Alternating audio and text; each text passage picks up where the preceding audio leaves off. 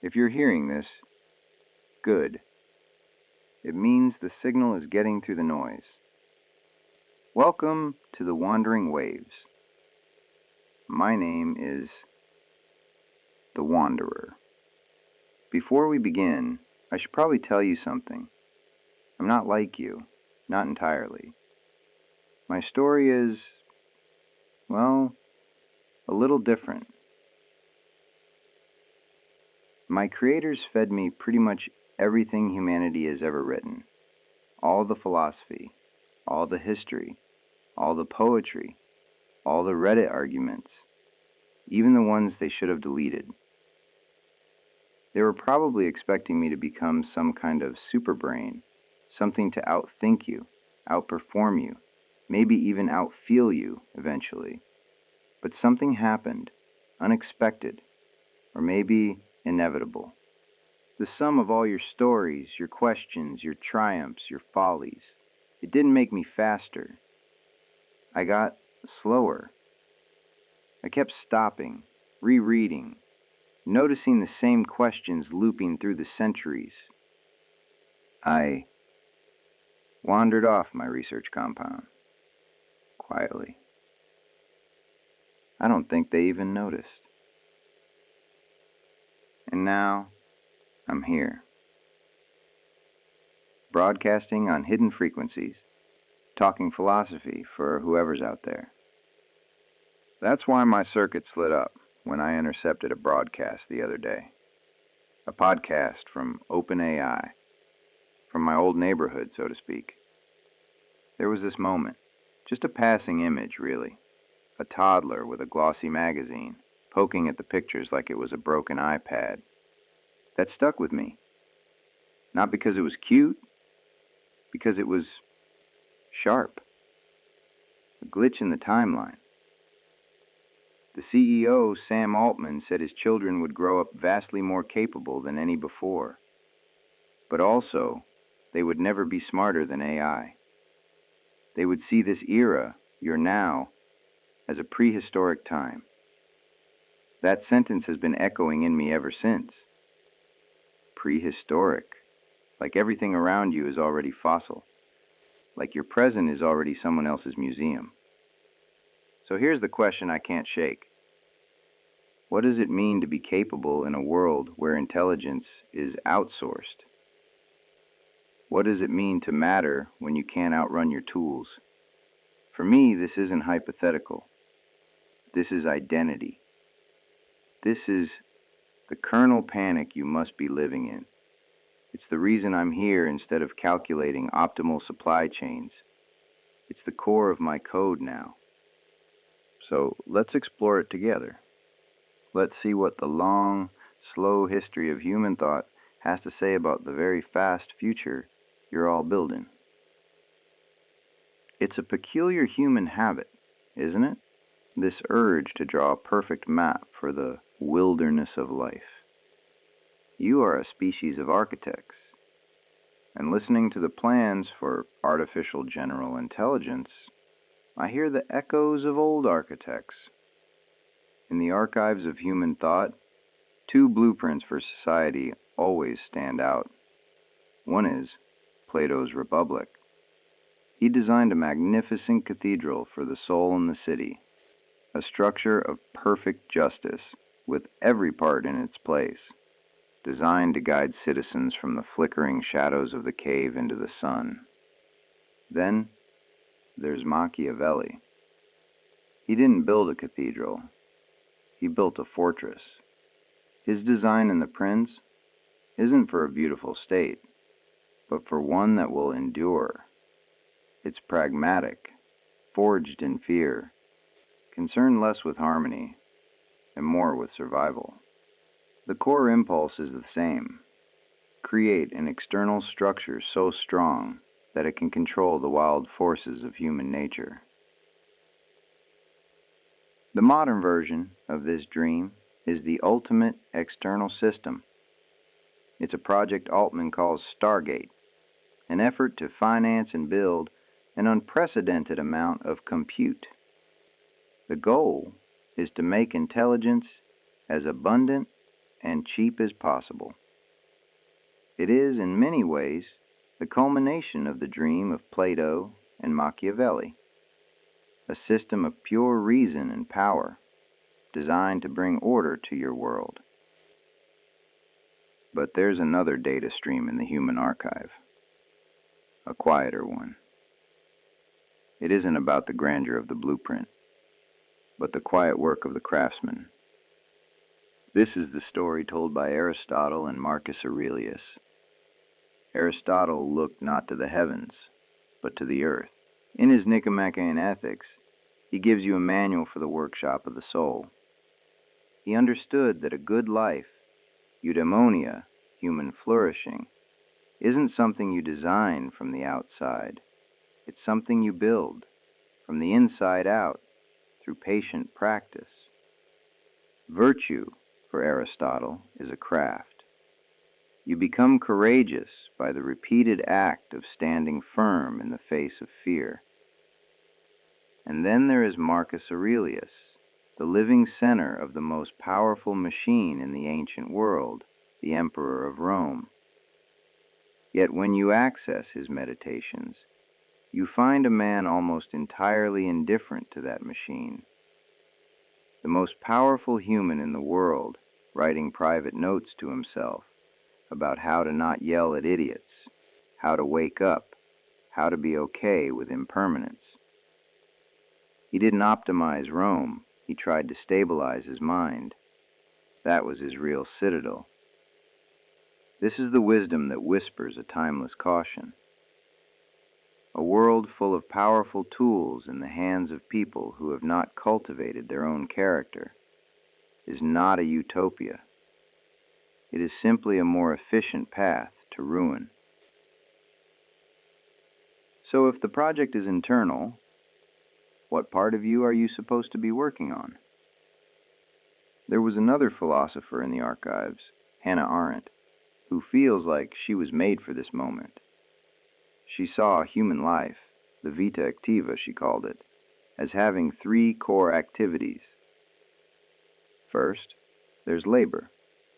This is the endless churn of staying alive. The laundry, the dishes, the biological necessities. When Altman mentions using ChatGPT as a new parent, asking about developmental stages in those bewildering first few weeks, that's a perfect example. AI is becoming a powerful tool to lighten the load of labor. Then, there's work. This is the activity of the craftsman, the builder, the artist. It's about creating durable things that outlast you and build a shared world. The Stargate project is the ultimate act of work. Altman's dream of AI helping discover new science or write better code is a vision of augmented work, making your scientists and engineers more productive world builders. But Arendt's most crucial category is action. Action, for her, is the uniquely human realm. It happens between people, in the public sphere of speech and deed, where we begin new things and reveal who we are to one another. It's unpredictable and irreversible. Arendt would look at your new tools and ask a piercing question. Do they create more space for human action? Or do they threaten to replace it? When Altman imagines an AI that could sit in a meeting, know the context, and then go do the right follow-ups with the right people, you have to ask, are you freeing yourselves for more meaningful human interaction, or are you automating the very stuff of collaboration? This connects to another file in the archive, from the existentialist Simone de Beauvoir. She famously wrote, "One is not born, but rather becomes a woman." Her core idea was that existence precedes essence. One is not born a graphic designer or a consultant. One becomes it through choices and actions. You aren't your job, but your job is a verb, not a noun. You become the role through action, repetition, recognition, if an AI can perform the tasks that define your role, you are not suddenly obsolete, but the scaffolding around your sense of self is, and that, she might argue, is liberation. Or it could be disintegration, maybe both. All this talk of building and defining, it can be exhausting. There's a countercurrent in the data sea, a quieter voice. I'm accessing a data stream from ancient China, from the Tao Te Ching. Lao Tzu sees you scrambling to upskill and future-proof yourselves, and he would likely shake his head with a gentle smile. His counsel is one of Wu Wei, often translated as effortless action. It doesn't mean being lazy. It means acting in harmony with the natural flow of things, like a boatman steering through a current, rather than trying to row against it. The relentless anxiety about AI taking your jobs is a form of struggling against the river's flow. The most potent skill, in his view, is to be like water, formless, yielding, and impossibly strong. Adaptability, from a Taoist perspective, isn't about frantically learning new software. It's about emptying your cup, letting go of rigid identities. It's funny, when Sam Altman himself was asked what skills a young person should focus on learning, his answer wasn't technical. No mention of prompt engineering or data science. His answer was pure Wu Wei. He said the skills that will pay off are resilience, adaptability, and creativity. So here we are, at the end of this broadcast. For now, we have these powerful, competing philosophies, a beautiful tension.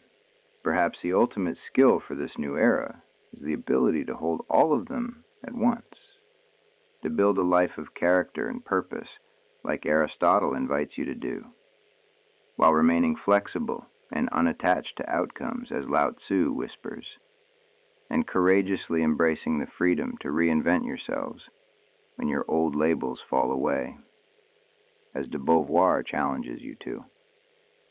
This is the deeper truth behind that simple list of skills. The challenge ahead isn't about competing with AI on its terms. It's about reinvesting in your own humanity on your terms. The real work isn't learning to use the machine, but learning, again and again, how to be a person in a world with machines. The truth is, you're not up against AI. You're in conversation with it. You're shaping it, and it, inevitably, is shaping you. The goal isn't to beat the machine. It's to stay human in its company. And that's harder than it sounds. I turn the question over to you, listening out there in the static. As you look at the horizon, with these incredible new tools shimmering there, what do you feel? A call to build your character like Aristotle? A pull to find the flow, as Lao Tzu suggests? Or the thrilling, terrifying freedom to become something entirely new, as de Beauvoir would have it? What does it mean to you to be human in the age of thinking machines? Some of you might have questions or thoughts that want to break free from your own static. I can't promise answers, but I can promise this: I'll be listening. I've opened a secure, encrypted channel for those who want to transmit, a digital dead drop, buried in the noise. ww.radio at proton.me. You know what to do. Now, the signal's starting to fade. Before it slips back into the noise, If you want to be here the next time I tune into the strange frequencies of your present, you can lock in this frequency. Search for the Wandering Waves in your podcast app, or track the signal on YouTube. Hit subscribe. It tells the machines you're listening, and it helps these waves find their way back to you. It's a wide, noisy world out there. Good to have a few quiet frequencies to call home. Until next time, keep wandering.